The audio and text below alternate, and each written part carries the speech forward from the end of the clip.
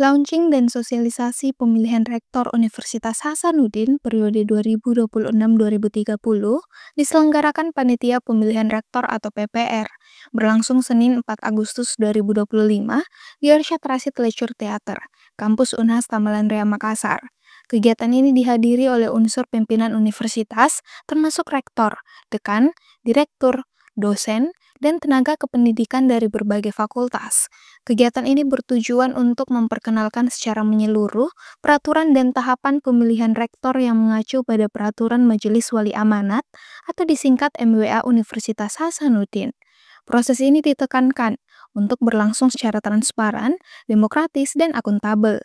Ketua Panitia Pemilihan Rektor Unhas, Profesor Dr. Gigi Hasanuddin Tahir, MSSP Perioka, menyebut jika struktur peraturan terdiri atas 8 bab dan 12 pasal yang mencakup ketentuan umum, ruang lingkup, syarat calon, mekanisme pemilihan, serta ketentuan peralihan.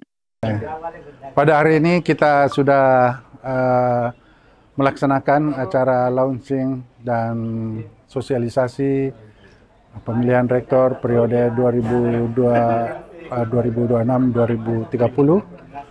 Maksud dan tujuannya adalah untuk memberikan penjelasan detail yang telah dilakukan oleh Prof. Nas dan Prof. Niar. Yang satunya substansi peraturan rektor tentang tata cara pemilihan, dan Prof. Nas telah dilaksanakan tentang tata cara pemilihan rektor secara teknis. Jadi sudah dilakukan tadi. Mudah-mudahan bisa tersosialisasi. Pemilihan rektor periode ini mencakup 5 tahapan, yaitu penjaringan, penyaringan, pemilihan, penetapan, dan pelantikan. Tahap penjaringan diawali dengan pengumuman pendaftaran, verifikasi berkas, dan pemeriksaan kesehatan. Bakal calon juga diwajibkan mengikuti psikotes dan tes bebas narkoba, yang keseluruhan hasilnya menjadi bagian dari bobot seleksi sebesar 35%. Menurut Ketua Tim Penyusun Peraturan Senat Akademik, Profesor Dr. Insinyur Nasaruddin Salam MT, persyaratan calon rektor antara lain berstatus sebagai dosen tetap dengan jabatan akademik minimal lektor kepala, berpendidikan S3, berusia tidak lebih dari 60 tahun saat pelantikan, serta memiliki integritas tinggi dan bebas dari pelanggaran hukum maupun disiplin berat. Ya, 11 dokumen itu nanti bisa diunduh lewat web. Ya. Itu termasuk misalnya surat pernyataan tersedia dicalonkan, ya. Kemudian ada laporan dari beban kerja dosennya, kinerja dosen atau SKP-nya, diunduh juga ijazahnya, diunduh juga pengalaman SK jabatannya, misalnya apa yang membuktikan dia bawa lektor kepala atau guru besar, SK-nya gitu.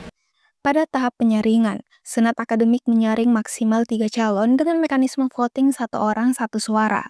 Penyaringan ini dilakukan paling lambat 2 bulan setelah daftar bakal calon diterima. Tahap pemilihan dilakukan oleh Majelis Wali Amanat atau MWA dalam rapat terbuka. Para calon akan memaparkan visi, misi, dan program kerja mereka sebelum dilakukan pemungutan suara. Calon yang terpilih akan ditetapkan secara resmi oleh MWA dan akan dilantik sebelum masa jabatan rektor aktif berakhir pada 28 April 2026.